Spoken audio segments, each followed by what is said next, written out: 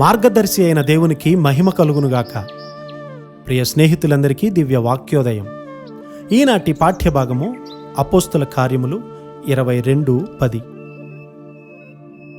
ప్రభువా, నేనేమి చేయవలెనని అడుగగా.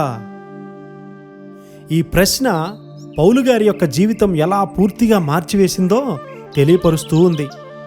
ఎంతో ఉద్రేకపూరిత ఆగ్రహంతో యేసు క్రీస్తు వారికి, ఆయన సువార్తకు సంబంధించిన ప్రతి దానిని కూడా ఆయన ద్వేషించాడు.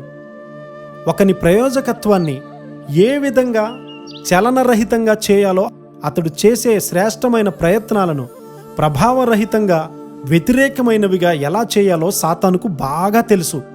పౌలు గారి వలె తిరిగి ఆత్మీయంగా జన్మించక ముందు అతనిలో గుప్తమైనటువంటి శక్తులు నిరుపయోగంగా, తప్పుగా ఉపయోగించబడ్డాయి.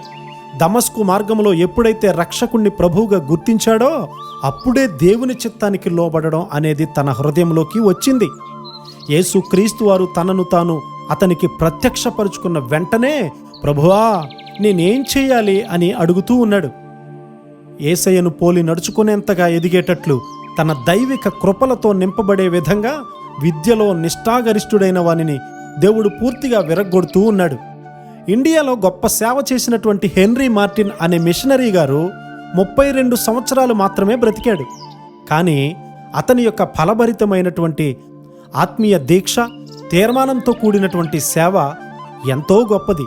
విద్యాధికులు ఎక్కువగా పఠించే పర్షియా భాషలోకి బైబిల్ను తర్జుమా చేయడంలో ఎంతో శ్రమించాడు.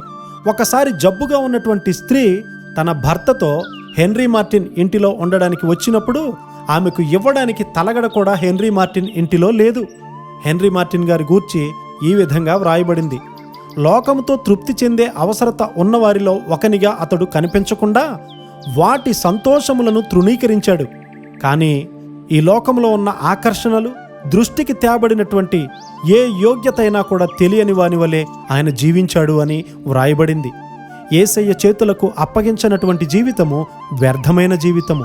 సృష్టికర్త, రక్షకుడైనటువంటి దేవుడు తన వారి జీవితాలను నిత్యముండేటువంటి ఫలాలతో నింపి వాళ్ళ జీవితంలోని వ్యర్థత్వాన్ని తీసివేస్తాడు. అట్టి కృపాధన్యత దేవుడు మనందరికీ సమృద్ధిగా అనుగ్రహించునుగాక. ఆమెన్.